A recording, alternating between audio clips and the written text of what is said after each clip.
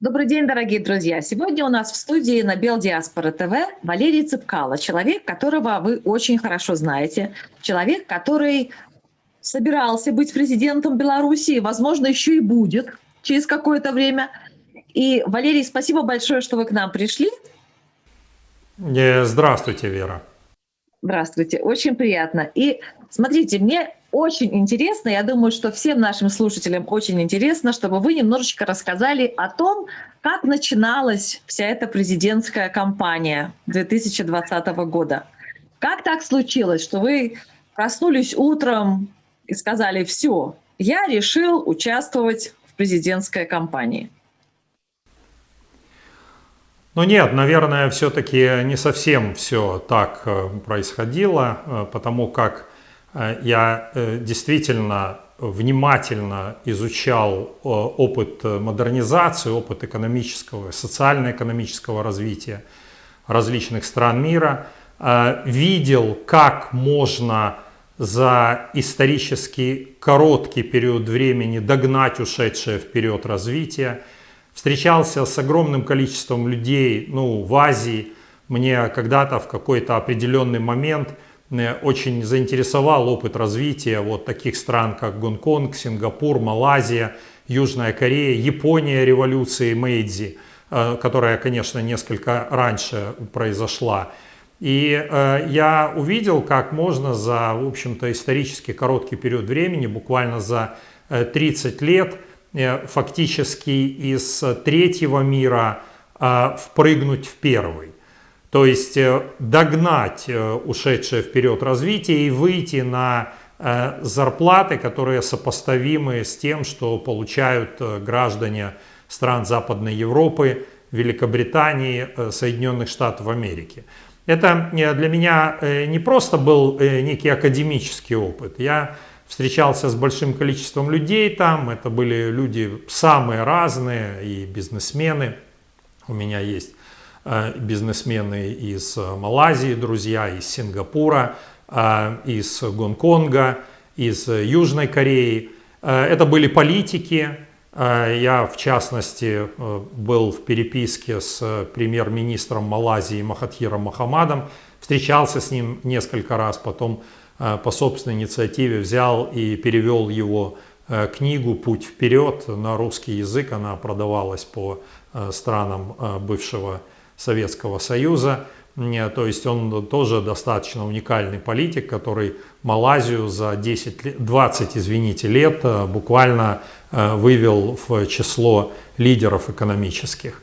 И, конечно, когда создавал парк высоких технологий, я видел, как менялось восприятие людьми тех процессов, которые протекают в мире. Мне, конечно, и как ученому где-то в определенном смысле, и социологу было интересно наблюдать вот именно как научно-техническая революция, которая началась где-то в 70-х, 80-х годах прошлого века, как она начала менять взаимоотношения между людьми.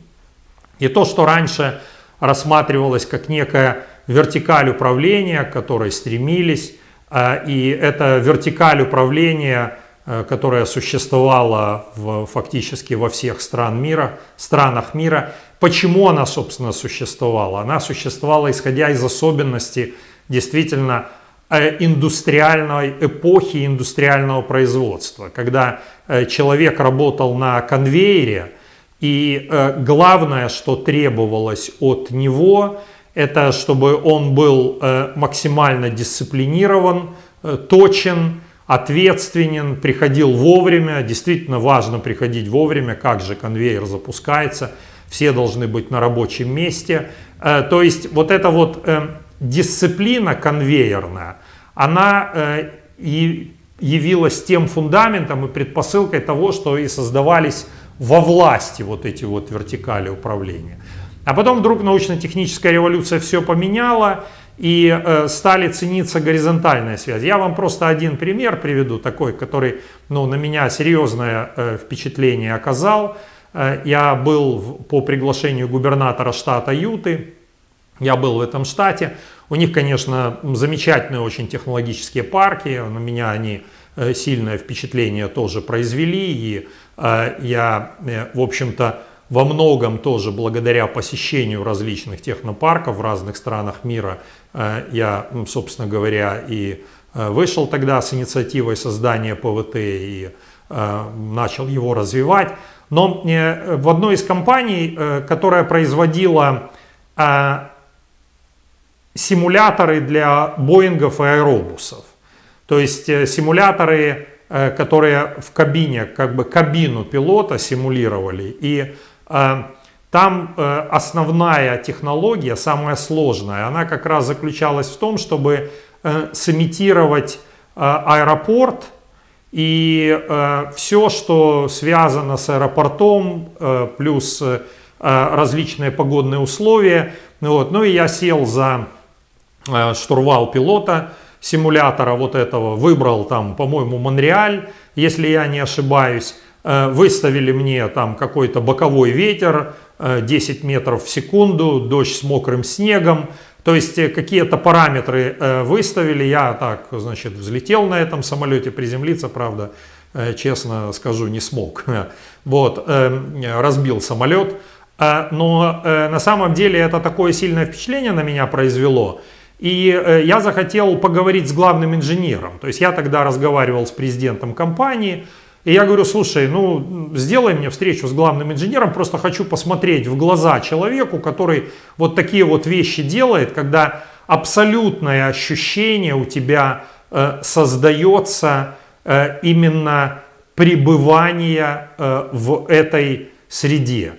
Он мне говорит: а кстати, говорит, знаете, что инженер, этот инженер, он сам физик. И он, как бы вы думали, откуда он?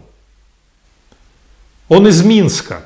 Обалдеть. Этот человек был из Минска. И я говорю: слушай, так давай сделай мне встречу. Он говорит: нет, я не могу, говорит, сделать с ним встречу. Я спрашиваю: почему? Я говорю: ты что, боишься, что я его переманю назад в Беларусь? Я говорю: я уверен, что вряд ли мне это удастся. Он говорит: да нет, нет, мы-то как раз не боимся это совсем, потому что то, сколько он зарабатывает, это был инженер-лазерщик. Вот. Я думаю, что мало компаний в мире, не то что в Беларуси, которые смогут его перекупить, потому что у него на самом деле совершенно уникальные условия здесь работы. Я говорю: так что нам тогда мешает встретиться? Он говорит: мешает встретиться то, что утром он пришел на работу, объявил, чтобы его никто не дергал, потому что он будет работать над решением какой-то задачи.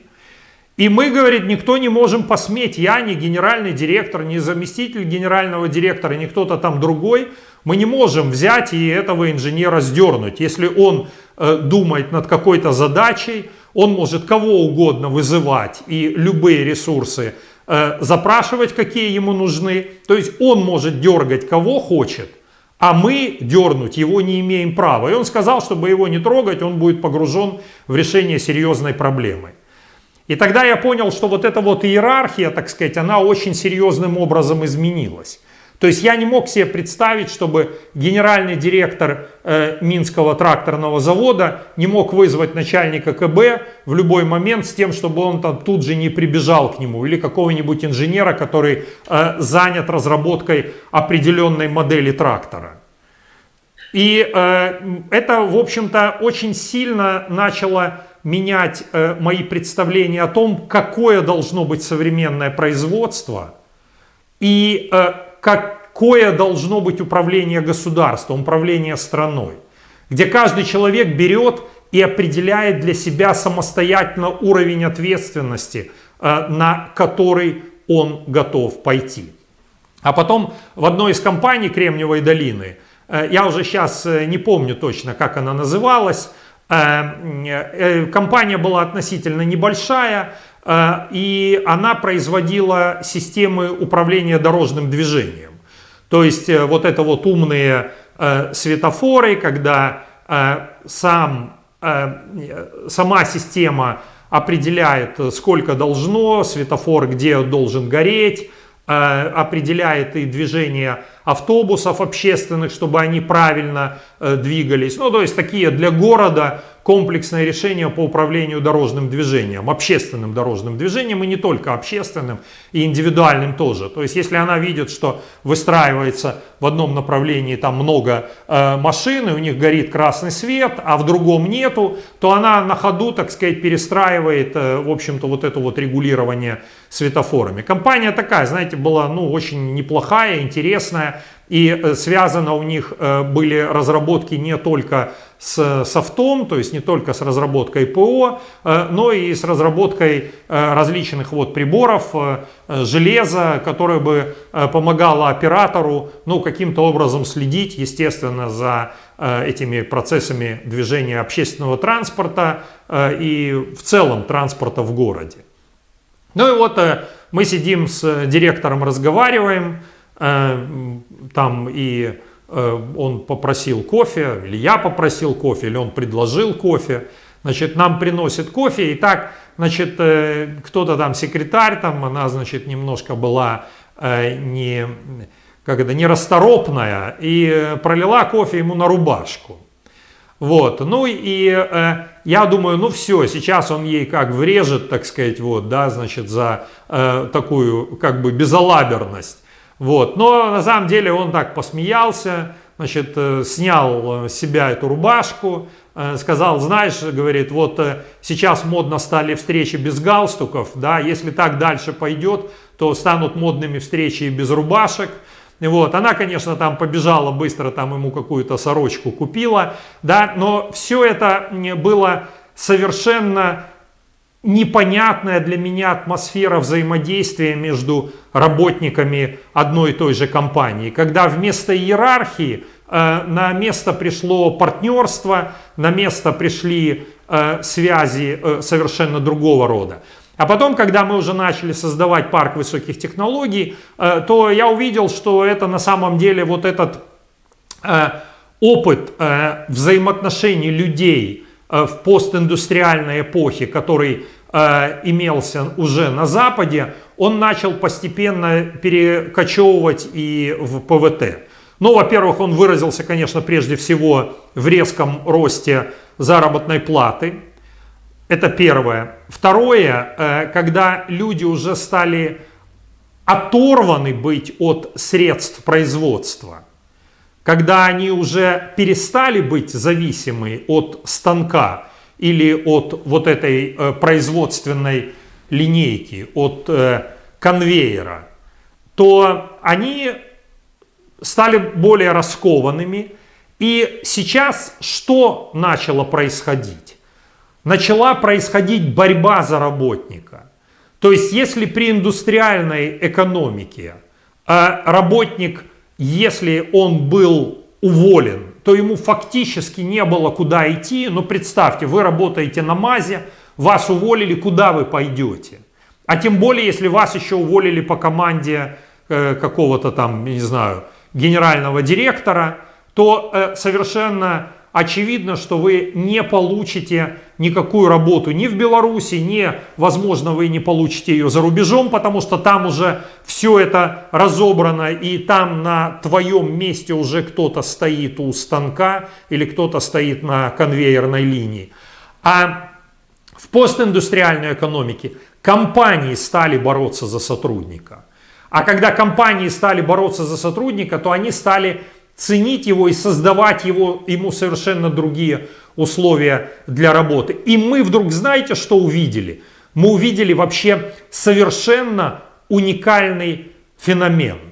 Мы вдруг поняли, что наш человек совершенно замечательный, ответственный, креативный, умный, не так, как его считала власть, что он такой убогий, он такой нищий, он такой тупой, он такой примитивный, да, и вот его надо только палкой, его надо только погоняловым, его надо жесточайше, там какая-то там, значит, нагибать, нагнетать, там еще что-то, да. Мы вдруг увидели, что этого не надо ничего.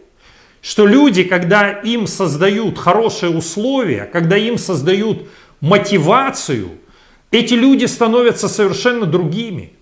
Им не надо ничего говорить.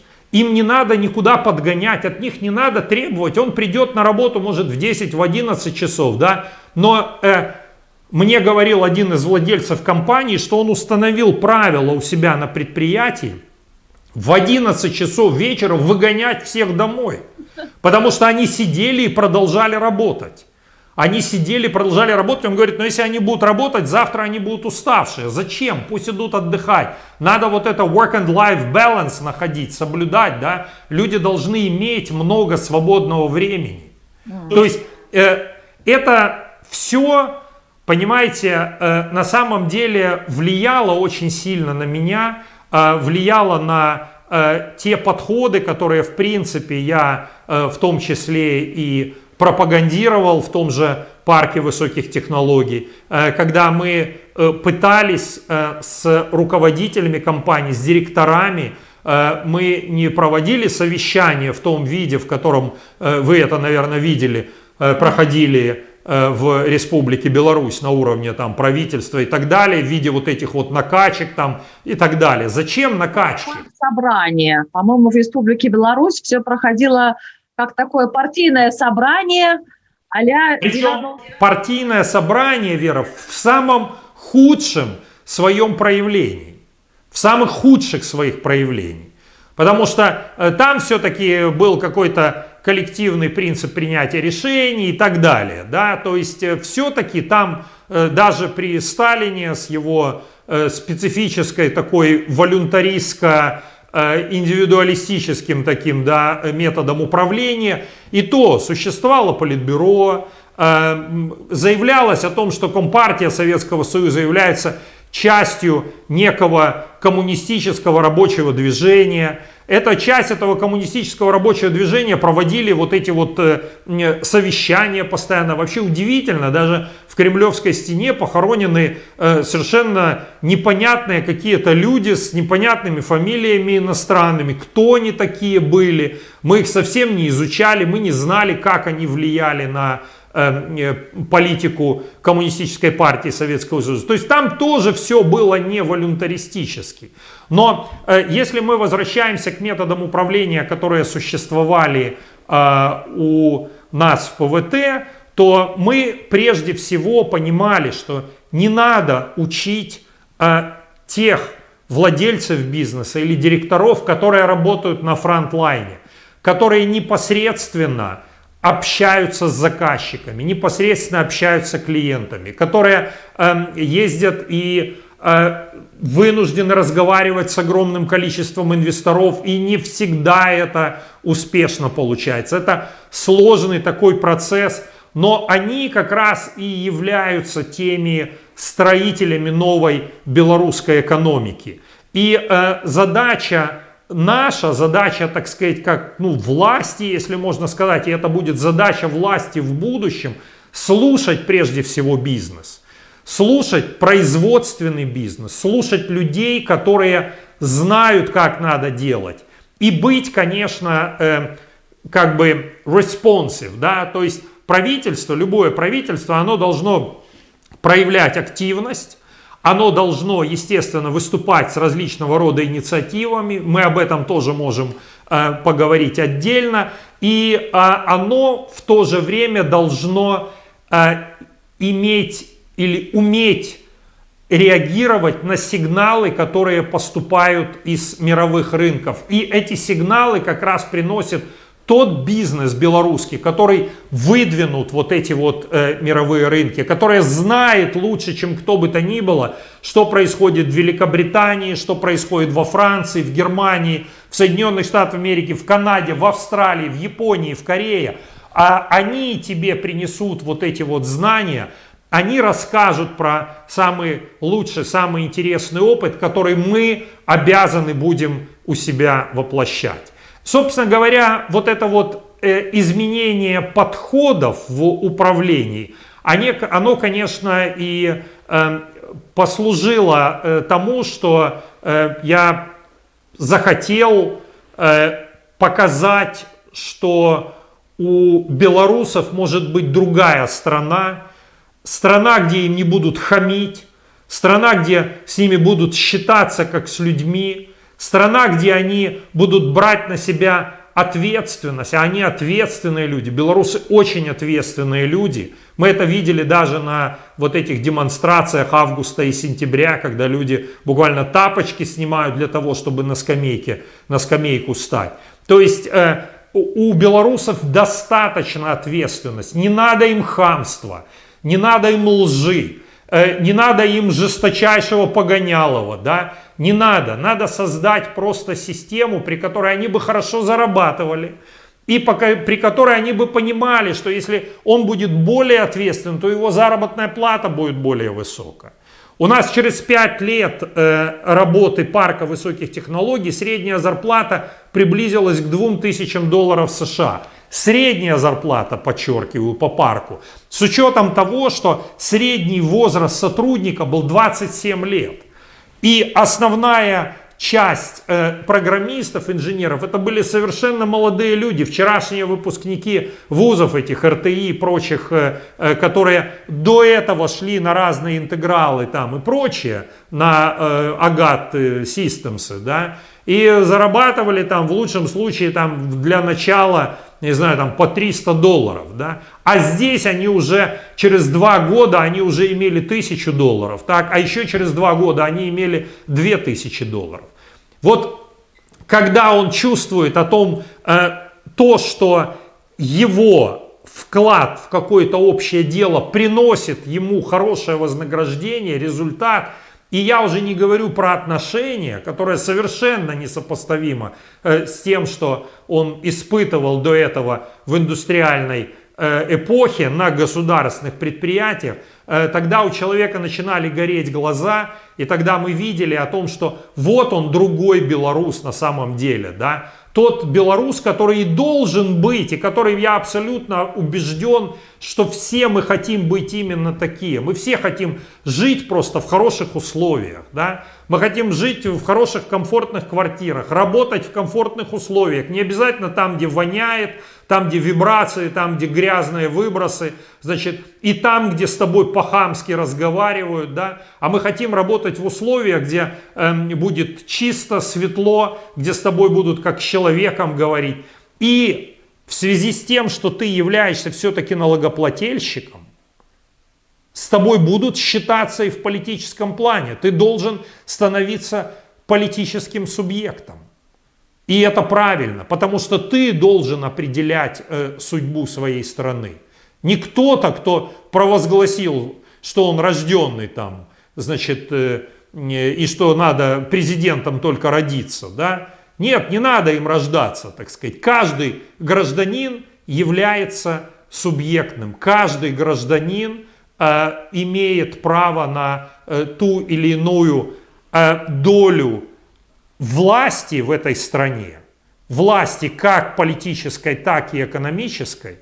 И на ту или иную долю национального богатства. Никогда все национальное богатство присваивает один человек от имени всей страны, а когда каждый должен иметь право на долю в этом национальном богатстве.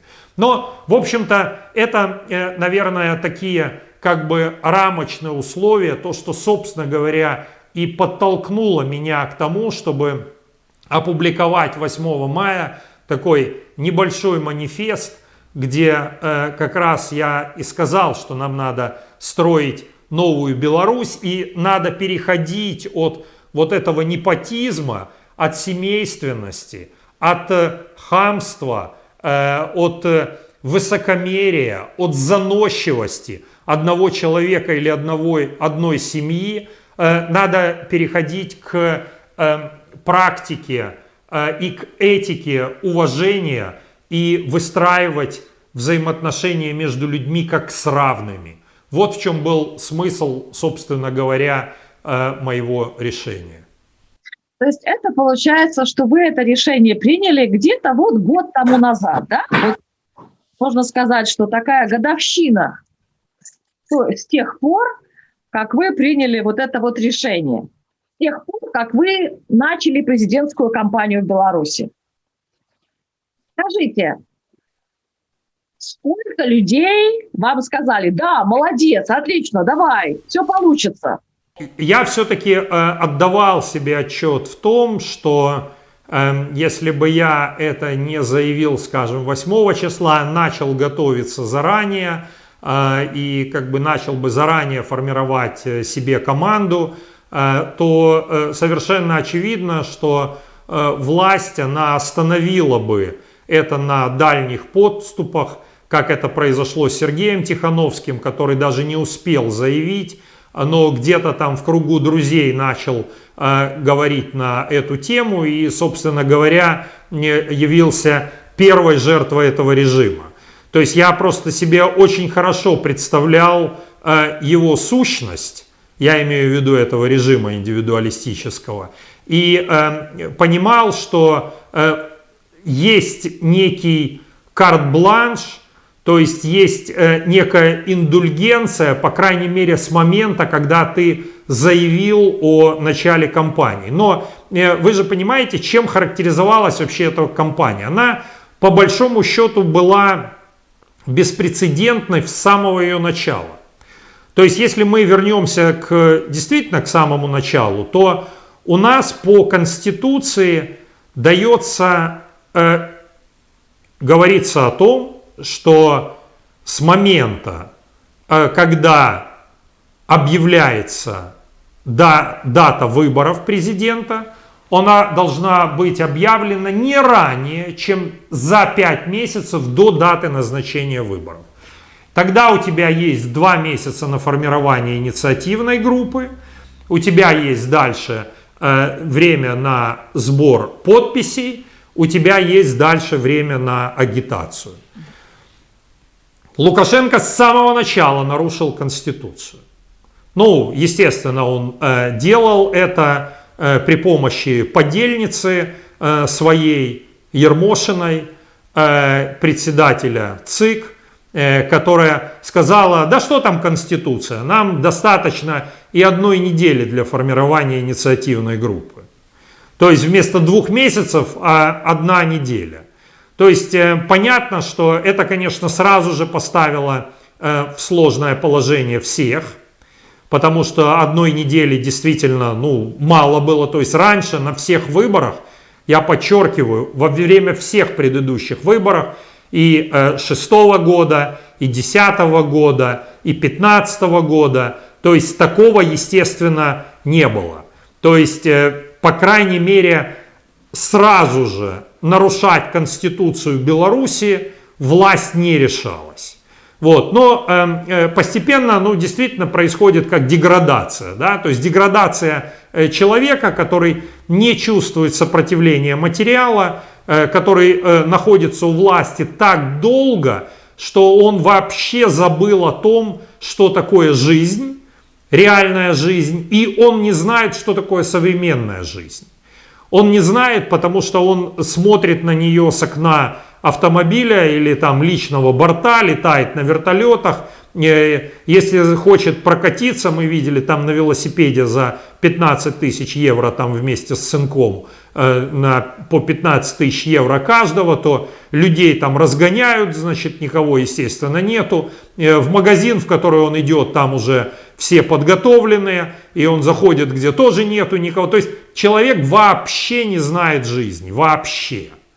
И естественно, что он считает, что его слово, его команда, она выше Конституции, выше закона, он может делать все, что хочет, и никто ему слова поперек не скажет, потому что гражданское общество как таковое он уже уничтожил.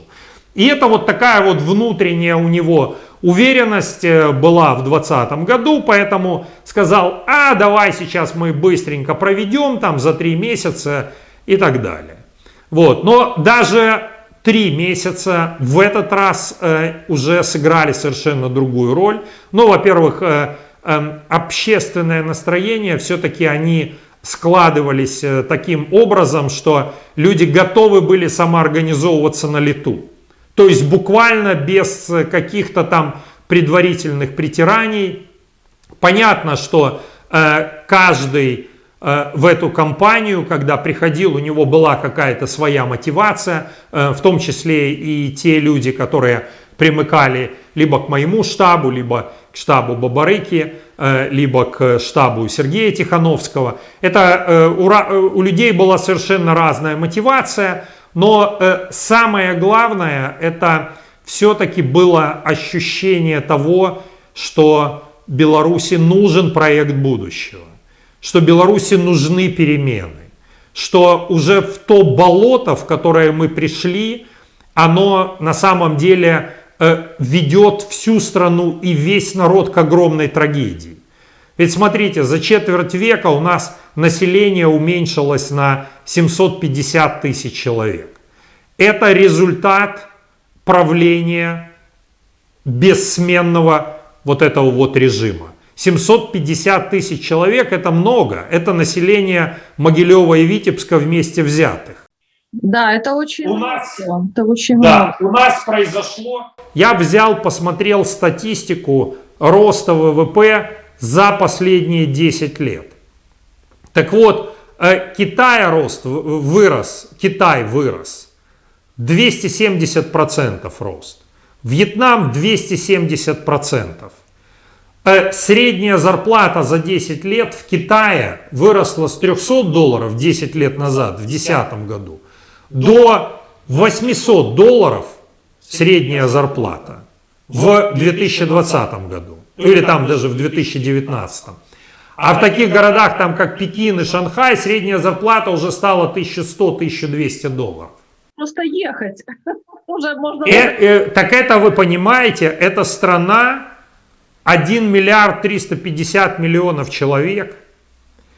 Заработные платы, я посмотрел, я посвящу стрим этому вопросу.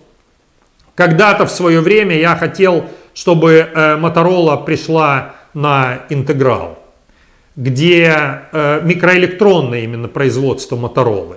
И микроэлектронное производство Motorola, они потом вступили в кооперацию с Intel или не вступили, неважно, да, но я даже подписал тогда протокол о намерениях, что $64 миллиона Motorola вкладывают в интеграл, получая за это 50% акций предприятия. Причем даже не всего, а только одного модуля.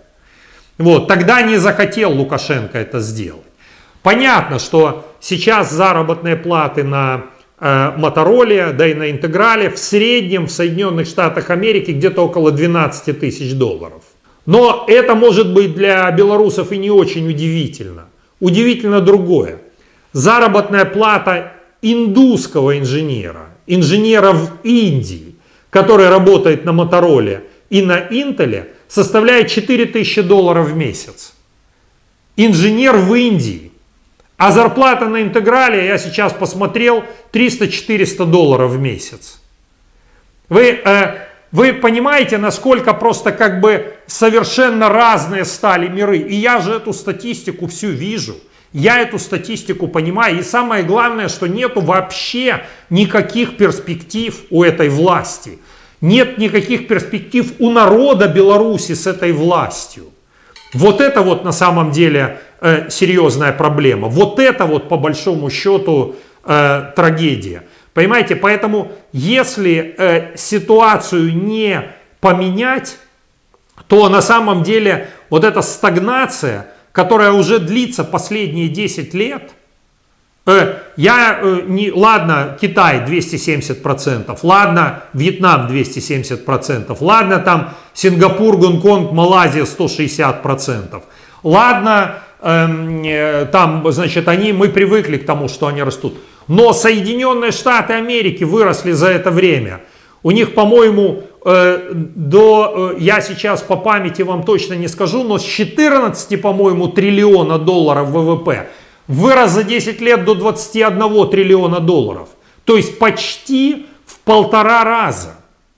То же самое произошло фактически во всех странах еврозоны. Я не могу сказать по поводу Великобритании, можно пробить. ВВП Беларуси 10 лет назад было 60 миллиардов рублей, а через 10 лет стало 57. И сейчас по прогнозам Международного валютного фонда и Всемирного банка Беларусь единственная страна в Евразии, у которой будут отрицательные темпы роста в 2020 году. То есть падение будет продолжаться. Никакой перспективы у белорусского народа с этой властью нет. Никакой. Поэтому ее надо менять как можно быстрее. И в этом должны быть заинтересованы не только те молодые люди, которые хотят связать свою судьбу с Беларусью. В этом должны быть заинтересованы в том числе и силовики. В этом должны быть заинтересованы настоящие офицеры. В этом должны быть заинтересованы патриотически настроенные государственные служащие, которые хотят, я абсолютно убежден, что все хотят видеть нашу страну среди развитых стран мира. И мы ее обязательно приведем в число развитых стран мира. Обязательно приведем. Потому что мы знаем как.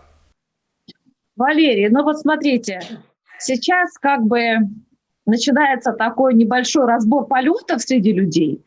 Потому что если в начале, может быть, многие говорили, что все равно ничего не получится, в том числе, я знаю, и когда вы начали говорить о том, что надо бы все-таки менять страну, многие говорили, что это невозможно, что даже не беритесь, даже не начинайте.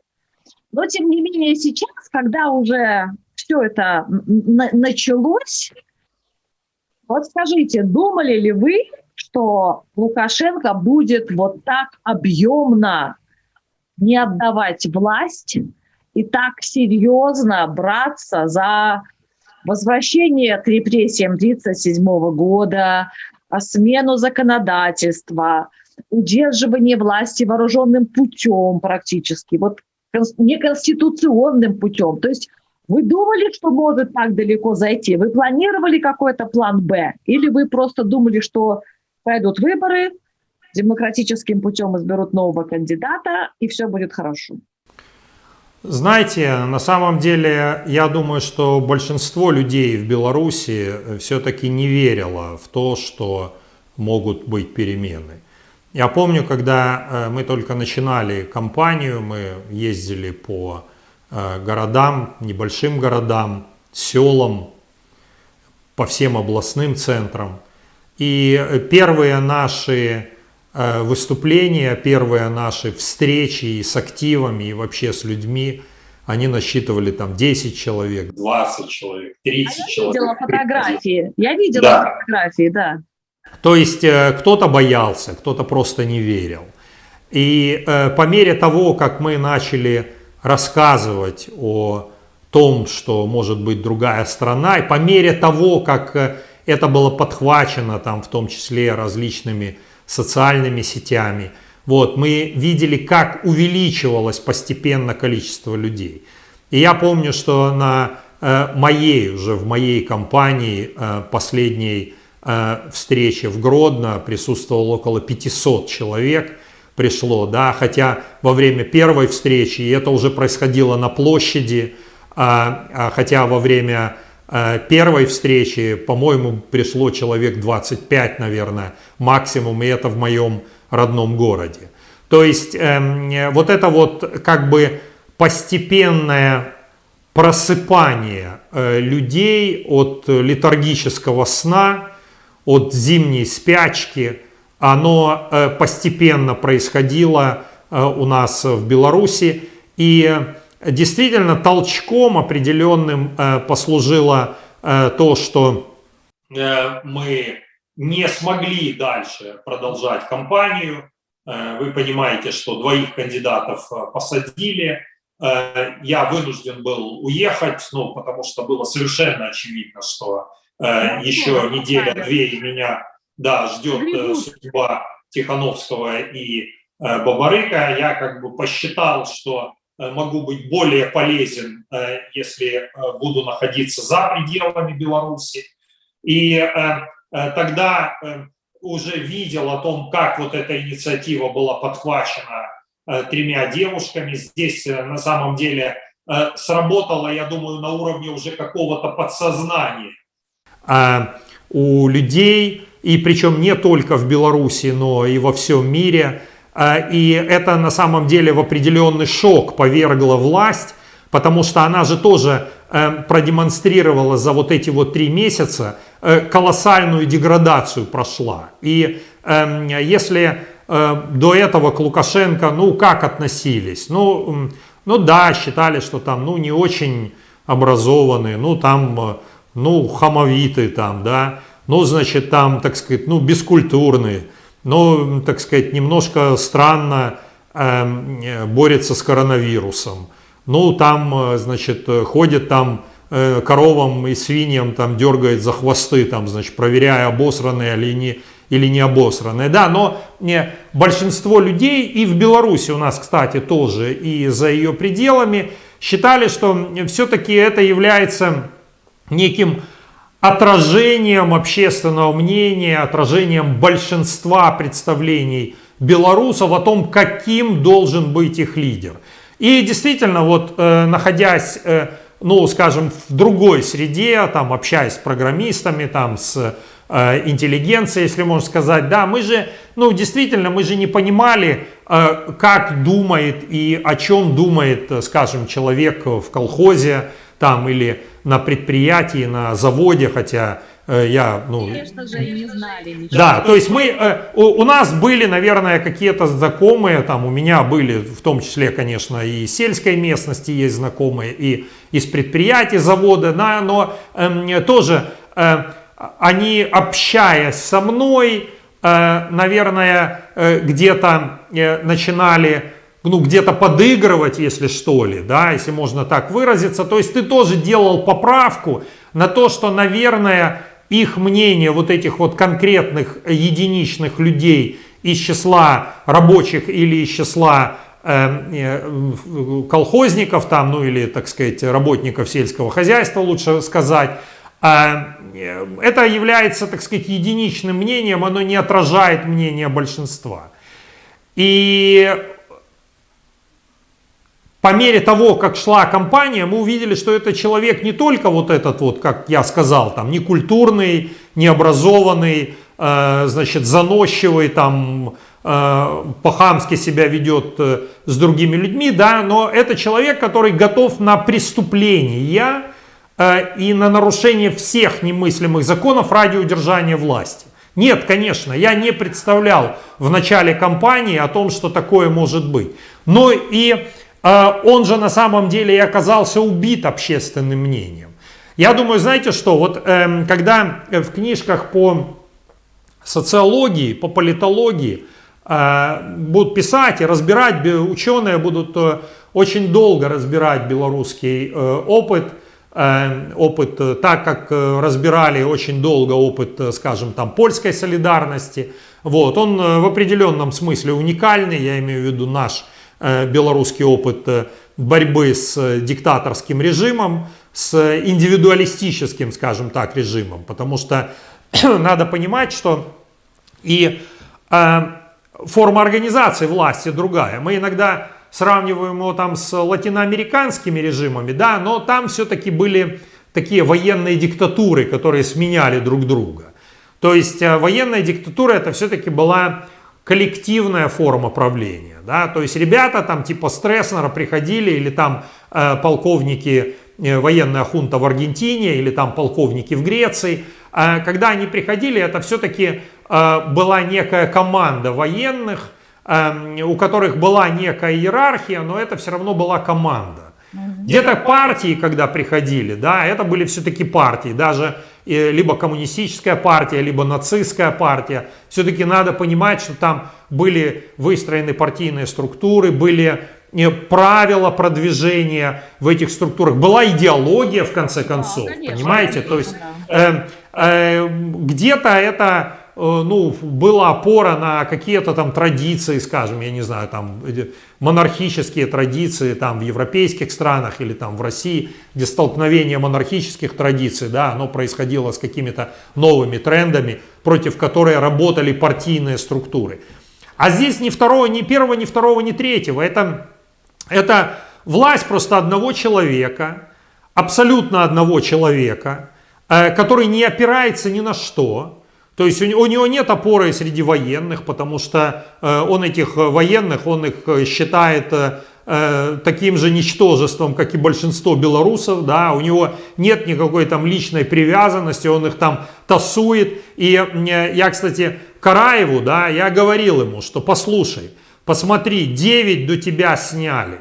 И как бы там ни рвал задницу там Шуневич, там твой предшественник, как бы он там ни рядился там в клоунаду, там эти формулы НКВД, форму НКВД там, да, как бы он там не показывал, значит, свою преданность, да, и не смотрел собачьими глазами на Лукашенко, да, все равно он его попер. И я тебе говорю, как бы ты там ни старался и не рвал там задницу свою, да, все равно он об тебя вытрет ноги, я ему это говорил. Я обращал внимание на то, что это является метод управления одного конкретного человека, который никого не признает. И он рассматривает белорусов как, вот понимаете, как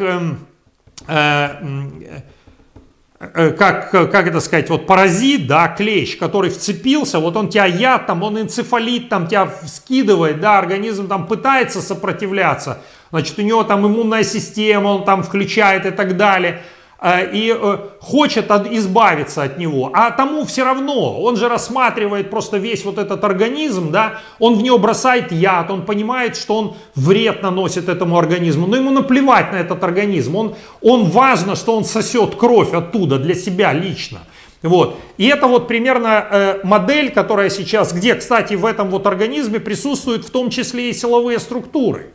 То есть они являются такие же частью этого организма в виде мышц, там, значит, ну, если говорить о человеке, там есть там, кто там, если о человеке говорить, да, есть там мозг, там, как бы интеллект, есть там, ну, ноги кто-то, да, надо двигаться, бегать, да, ну, то есть есть мышцы, то есть и силовые структуры, они являются такими же важными частями вот этого вот общественного организма, на которые насел, так сказать, внешний, значит, раздражитель, внешний паразит, да, который просто, значит, сосет из него кровь. И так вот, в этом, по большому счету, если образно себе представить, в этом смысл вот этого вот режима. Это просто один человек. Я не могу даже привести никакого примера в истории, когда это работало бы именно так. Возможно, это его и сила, но это в том числе и его слабость, потому что нету ни одного человека, которому он бы не мог доверять. Я это говорил Караеву, нынешние там, значит, эти министры там внутренних дел, там губопики там и так далее, да, вот, Тертель там это председатель КГБ. Как бы они там сейчас там не боролись там между собой там или за что-то там, за какую-то близость тела и желание выслужиться, да, они должны понимать, что они для него такое же инородное тело, да, которое он просто в какой-то определенный момент щелкнет по носу. И как бы Вакульчик там не старался, да, как бы Караев не старался, что бы они ни делали, он заморал их кровью и потом, так сказать, просто щелкнул по носу. Один сидит помощником в Гродненской области, другой помощник по Брестской области. Что такое помощник? Говорю, это водитель у тебя один, и все, у тебя секретаря даже нет. Один водитель. Вот, ходит, так сказать, этот помощник, боится выйти, боится с людьми разговаривать, потому что натворил делов. Поэтому вот эта вот система организации власти, которая существует у нас в Беларуси, она в конечном счете начинает высвечивать сейчас вот эти вот все изъяны и все язвы в ее организации. И каждый человек, который там находится, он понимает, все, единственное, на что расчет делается, да, и Лукашенко сделал, он, конечно, в плане какого-то там политического инстинкта, он все-таки чуйка у него есть, денег нет. А чуйка есть, он заплатил ОМОНовцам, значит, деньги, хорошие деньги, он им заплатил в августе, в сентябре. А потом он им сказал, ребята, я уже вам плачу так, как и дальше, как и раньше платил, да, то есть не очень, да, может быть и меньше буду платить. Но сейчас вы уже замараны кровью, вы уже будете сидеть. Это он им так говорит. Вам уже не избежать возмездия. Поэтому, если не хотите сидеть, защищайте меня бесплатно. Вот, так сказать, ну, как бы, это примерно как в бригаде. Знаете, вот было и в бригаде, и в мафии, там, ну, это итальянская мафия, она примерно так же действовала. То есть, там было как, значит, да, давали кому-то пистолет, новоявленному там или новобранцу, да, и даже человека могли задержать и привести могли туда. То есть ему не надо было там охотиться на него, там, да, значит, и прочее, с тем, чтобы ликвидировать. Его просто приводили, какому-то новобранцу давали пистолет и говорит, застрели его. Он его убивал, он вынужден был убить, у него там тряслись руки, тряслись ноги. Но после того, как он его убивал, все, он становился частью мафии. Потому что самое легкое, что теперь ему бы грозило, ну, в условиях, там, скажем, Соединенных Штатов Америки, это пожизненное заключение. В лучшем случае, а в худшем случае смертная казнь. И поэтому он уже становился как бы частью вот этой вот мафиозной структуры.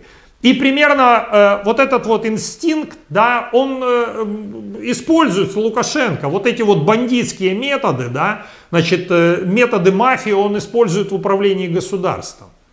Но страна просто так существовать не может. Страна развиваться не может. Страна просто стала настолько больным организмом, да, где вот это вот постоянно энцефалитный яд вот этот вот вбрасывает зараженный клоп или этот зараженный, как он, этот клещ, да, значит, в живой организм. Когда у организма становится все меньше иммунитета и сил для того, чтобы противостоять тому яду, который в него впрыскивается. И в какой-то момент он вынужден будет просто произвести хирургическую операцию. По-другому нельзя. Сколупнуть, может быть, даже частью кожи. Вот, ну просто надо это выбросить, так сказать, да, и принять уже нормальные таблетки, нормальные методы лечения. Законы экономики, как и законы физики, они в любом обществе одинаковы. И то, что эффективно работало в США, эффективно работало в Европе, в Англии, в Азии, оно будет также эффективно работать и в Республике Беларусь. И те инструменты, те рецепты догоняющего развития, которые применялись в странах, которые пытались догнать ушедшее вперед развитие, они будут абсолютно эффективно работать и в Республике Беларусь. Это то лекарство, которое неизбежно надо будет принимать для того, чтобы излечиться от болезни, от этого энцефалита, которым сейчас болен организм с названием Беларусь. Валера, вы знаете, есть такое хорошее выражение, есть страны, в которых есть бандиты, а есть бандиты, у которых есть страны. Вот мне оно очень понравилось, и, по-моему, вот Беларусь и Россия в том числе, это такие это два бандита, у которых есть страны. Вот у меня такое ощущение. Валера, вот я хочу все-таки вернуться к тому моменту, когда вы только начали свою президентскую кампанию. Вот пришли вы на какое-то собрание со своими избирателями. Пришло 25 человек. Что в этот момент подумали? Ничего не получится, полный провал? Или ай, не догоню, да хоть погреюсь? Вот что вы в этот момент подумали?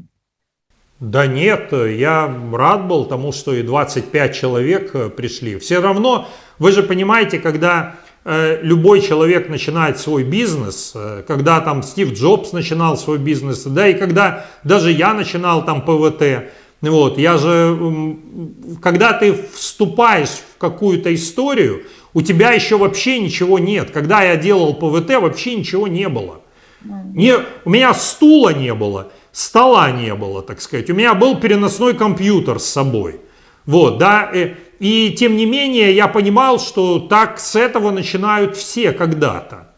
Да, там какой-то там кредит там предоставили, где-то $300 тысяч там под 17% годовых.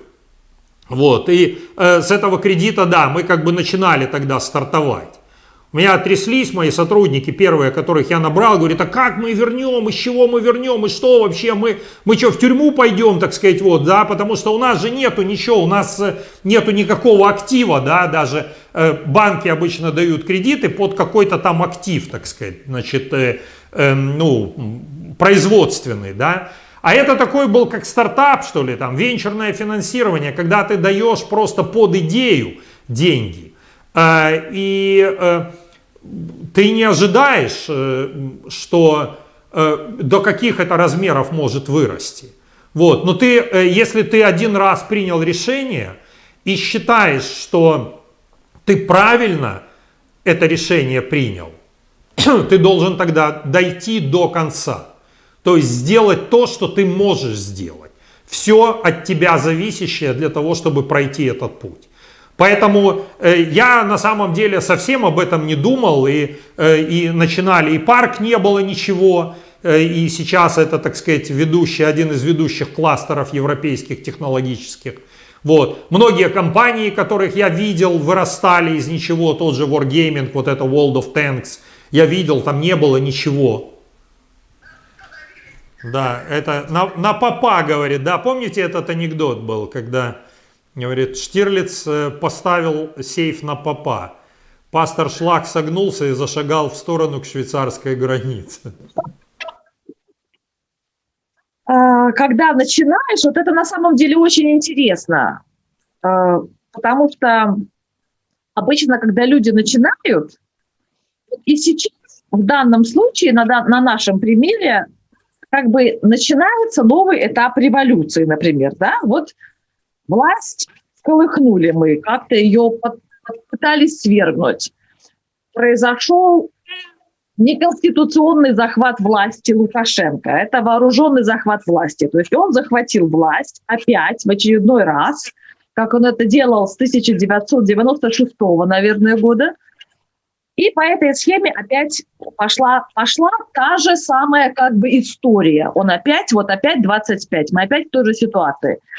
И многие люди говорят, ну, не знаю, надо ли начинать демонстрации, надо ли продолжать борьбу. То есть у некоторых людей какое-то растерянное состояние, потому что они сделали, как им кажется, все возможное, а не уходит. Вот вы говорите, как бы, вот как бизнесмен, что нужно все равно продолжать, чтобы чего-то добиться. Но вот как вы думаете, что людям делать в этой ситуации?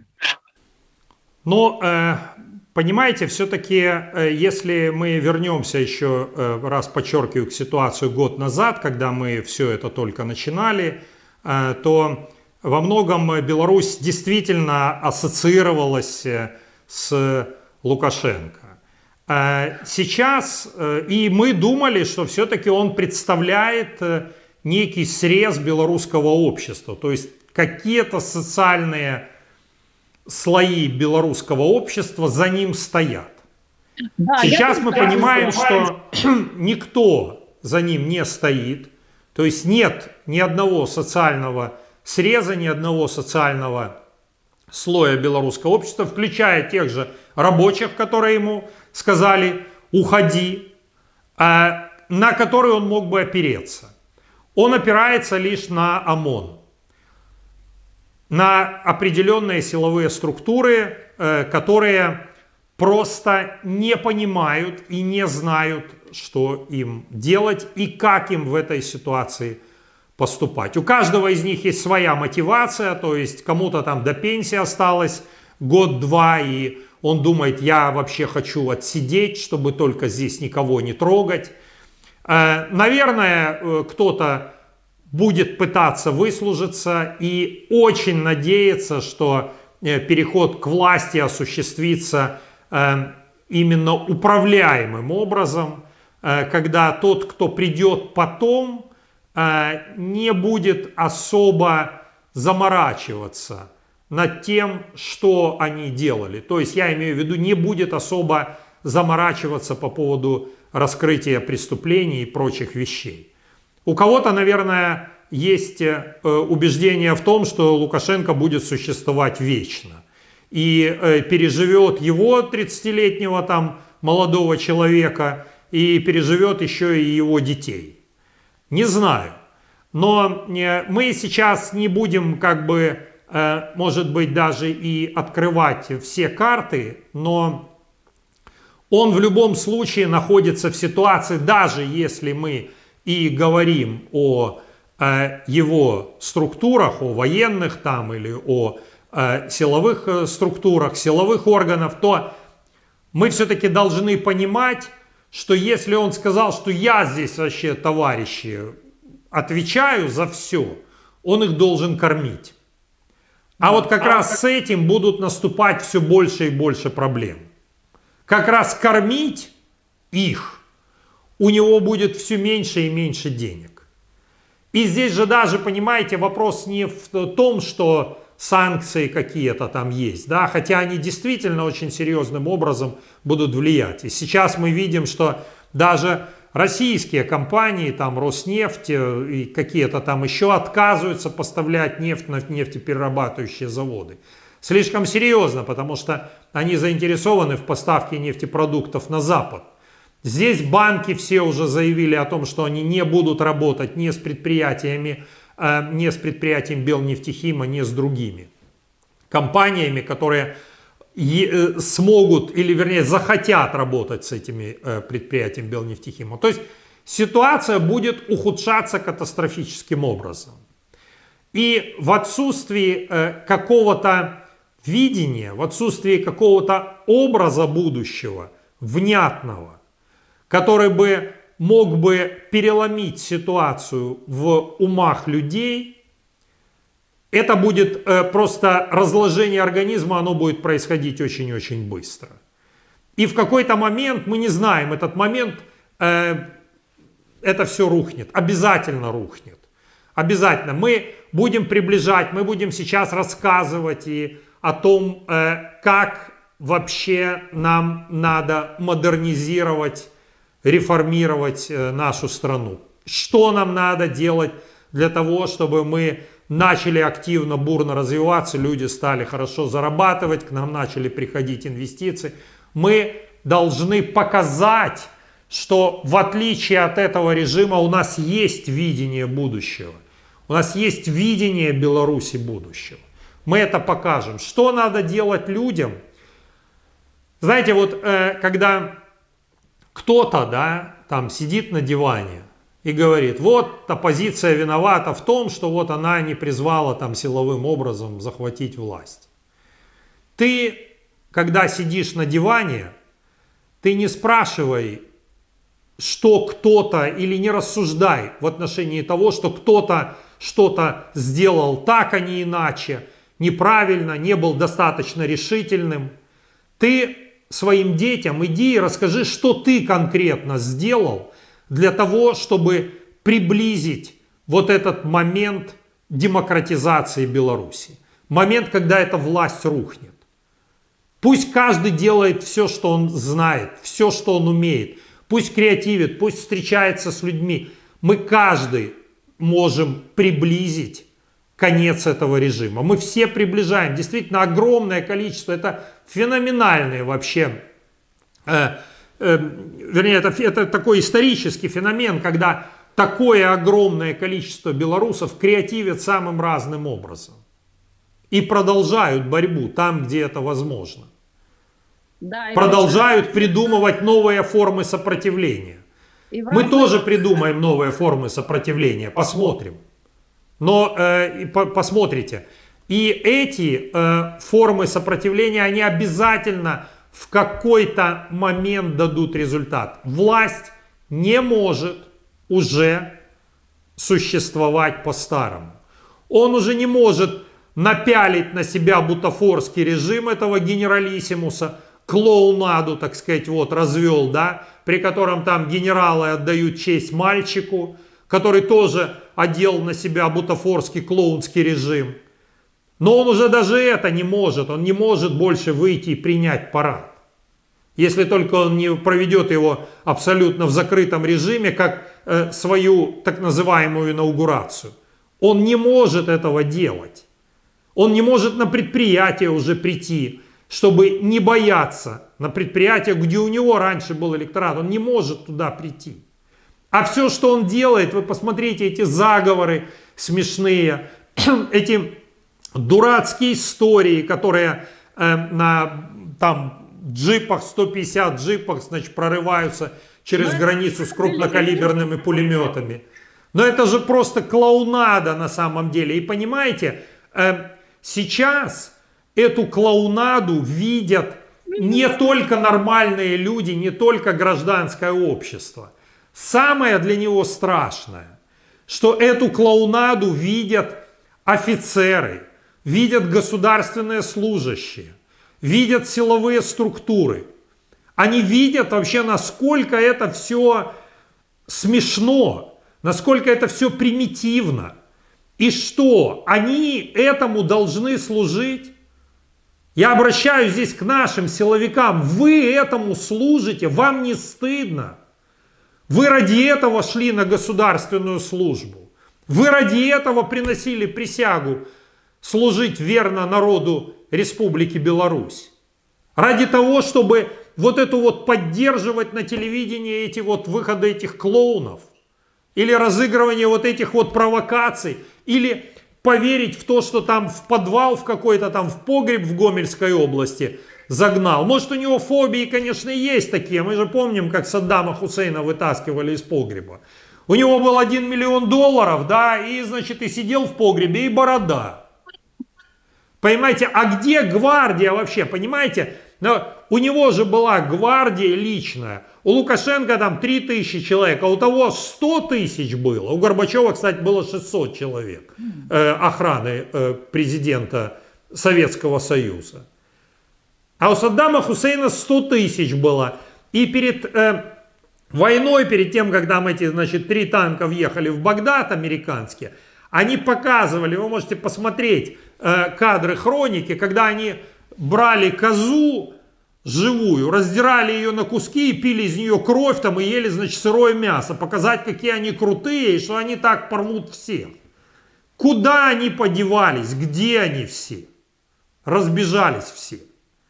Так вот, понимаете, когда теряется смысл, и когда ты понимаешь, а офицеры, я думаю, понимают, что они не служат больше стране, а они служат, так сказать, клоуну просто.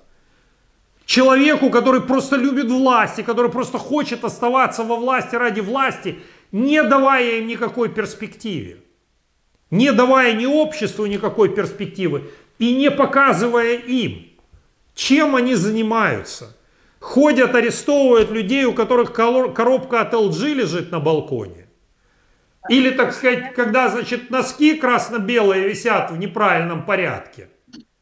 Это же позорище просто. Это позор. Ну, для любого офицера, да, не должно быть большего позора, чем идти и снимать, значит, эти трусы.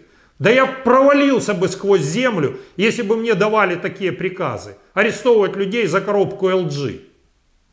Вместо того, чтобы с преступностью, с настоящей бороться. Нет, это финиш. Это прошел этап, когда все общество продемонстрировало, что оно хочет перемен. Все общество продемонстрировало, что оно хочет перемен. Сейчас идет этап, когда идет полная компрометация этого персонажа в лице, не в лице, а среди силовых структур. Поверьте, им должно тошнить, если там нормальные офицеры, им должно тошнить от вот этих вот так называемых все заговоры. Ни один человек, который планирует операции, значит, в это не поверит. Вы вот вдумайтесь, да, ну, взять того же, скажем, Фиделя Кастро, да, ну вот сейчас вот вернемся немножко к этому заговору. Смотрите, Фидель Кастро. Я абсолютно убежден, что огромное количество заговоров было против него. И не бутафорских, а настоящих. Настоящих, да. Кто-нибудь вообще говорил когда-нибудь об этих заговорах? Никто, потому что так работают соответствующие структуры, так работают спецслужбы. Они не работают на камеру. Потому что если ты сработал на камеру, ты дал врагу вообще... Теперь враг понимает, оказывается, да, что не в Гомельской области, а в Гродненской надо, так сказать, значит, погреб рыть. То есть вы дали врагу наводку. Теперь враг будет в Гродно погребы скупать.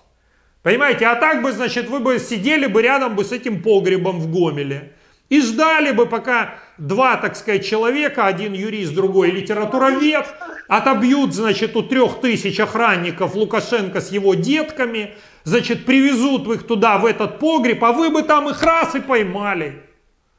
А зачем вы, так сказать, взяли и вскрыли все планы? Значит, сейчас будут эти планы меняться. Ну, это стыдобище просто.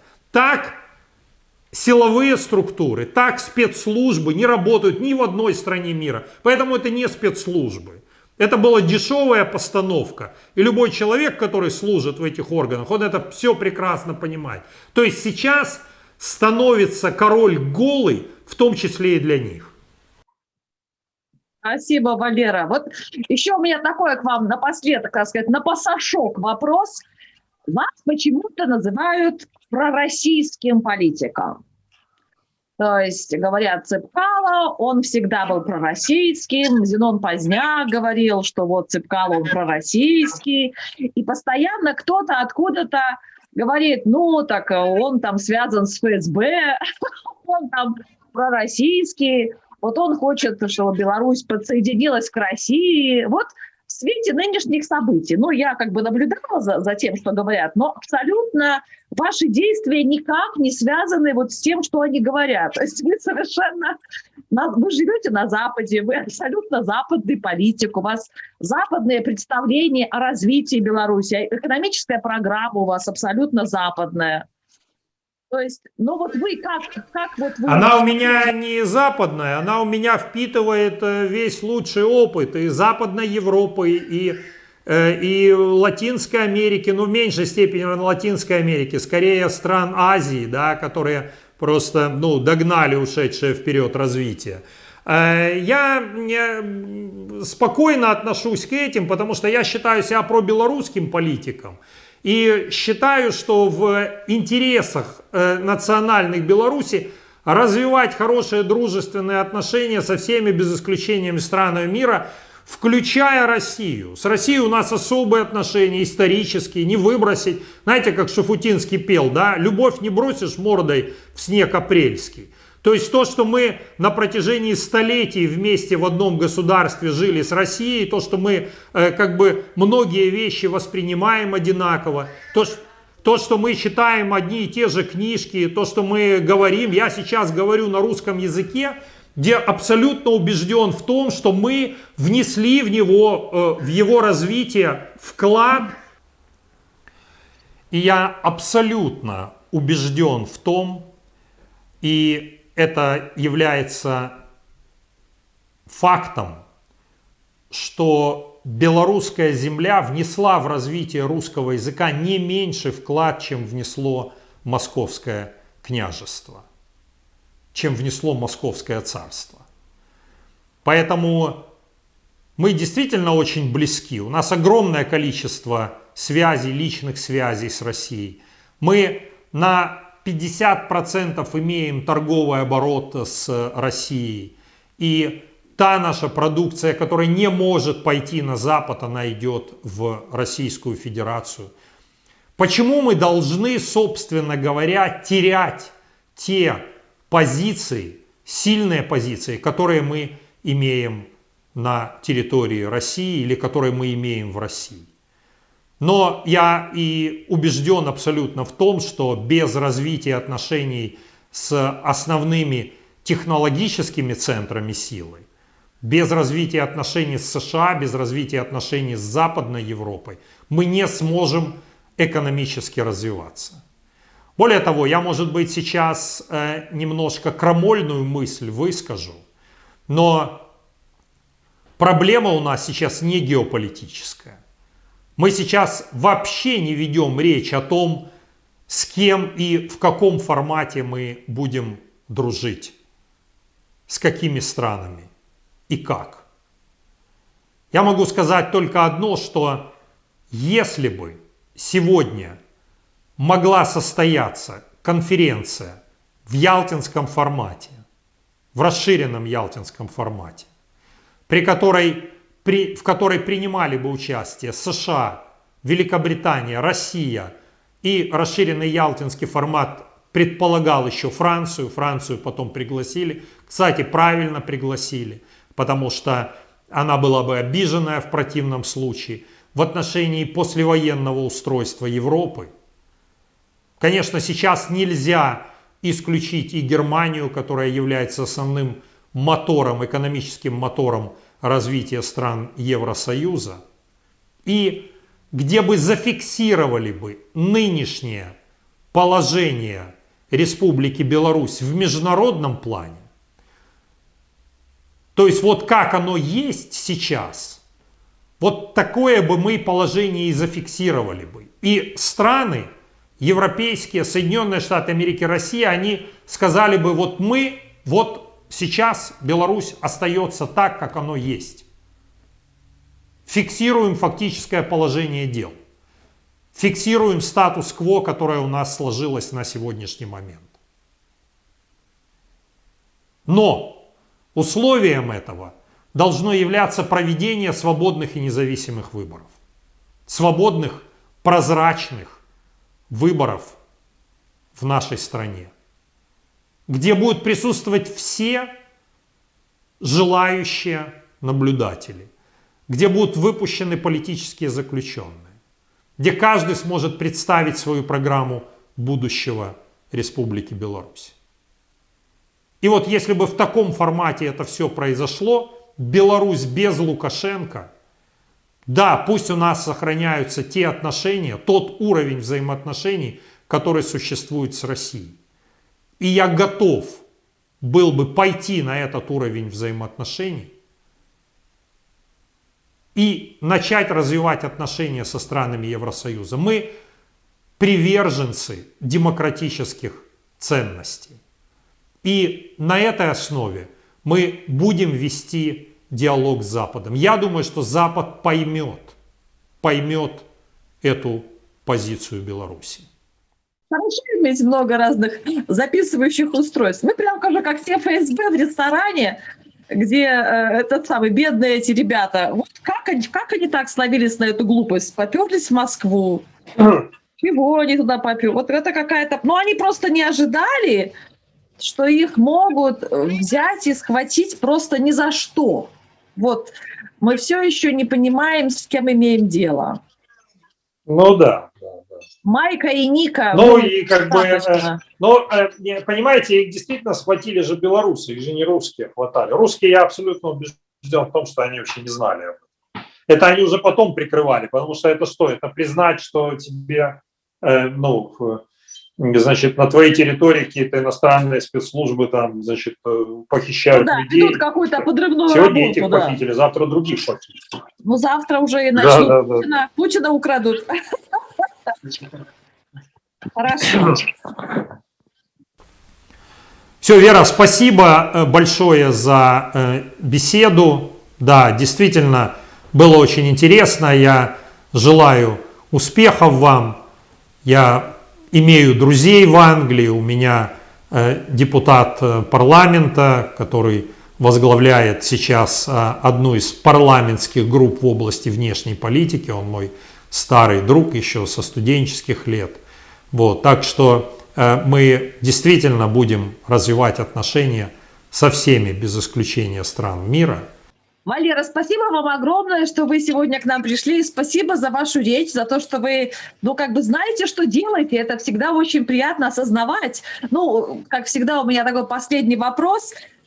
Валера, как вот вы себя сам считаете? Вы больше политик или бизнесмен? Знаете, я думаю, что человек прежде всего это политическое существо. И об этом, по-моему, первый заговорил Аристотель. То есть мы можем интересоваться разными вопросами все, да, то есть кому-то там нравится, не знаю, мода, кто-то любит там философию, немецкую классическую философию или там античную греческую философию, кому-то нравится культура эпохи Возрождения, кто-то является там, не знаю, поклонником Фаберже. То есть люди на самом деле по интересам очень сильно дифференцированы или как бы партикуляризированы, если можно так выразиться. Вот. Но практически каждый человек высказывается по политическим вопросам. Каждый. То есть считаем ли мы себя достаточно большими специалистами в области политики или нет, но мы высказываемся как в области внутренней политики, так и в области внешней политики, несмотря на уровень компетенции. Поэтому кем я являюсь, не знаю. Я, наверное, такой же политик, как и любой гражданин Республики Беларусь. С точки зрения того, являюсь ли я бизнесмен, ну, являюсь, наверное, консультантом, я специалист по развитию инновационных инфраструктур, хотя до этого был специалистом по международным отношениям, там и, в общем-то, даже и ученым почти что стал, но там не получилось. Ну, в общем, мне кажется, что на самом деле я, наверное, не мог бы ответить на этот вопрос совершенно однозначно. Хотя, естественно, что кормлюсь я за счет бизнеса, за счет собственного бизнеса, то есть не за счет грантов, не за счет пожертвований. Если вы имеете в виду политик с точки зрения профессиональной, то нет, у меня нету ни грантов, ни каких-то там, значит, спонсорских денег и прочее. Хорошо, ну ответ исчерпывающий. Спасибо большое, Валера. Ну и всего доброго. И я так понимаю, что будем продолжать борьбу, другого выхода нет, так что боремся дальше. Ну да, безусловно, безусловно. Хорошего вам вечера. Спасибо большое. Да, до свидания. Вам также. Да, до свидания.